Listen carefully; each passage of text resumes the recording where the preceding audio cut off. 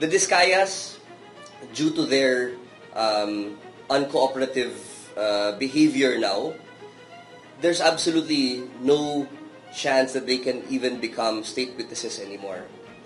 Dahil because of their statement that they are uncooperative, then they are deemed to be hostile witnesses and can only be charged as respondents and in the future accused, no, in the case of malversation of public funds, falsification of public documents, and all the other crimes that they were a part of.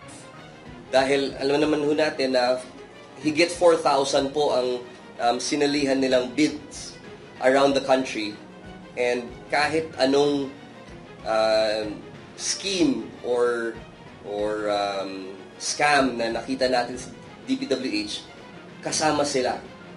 So it's impossible that they can be considered as a state witness for all those crimes that they've committed. So choice nila yon. Kung gusto talaga nila na maging uncooperative, then the government has no choice but to run after them with every ounce of effort that we can muster.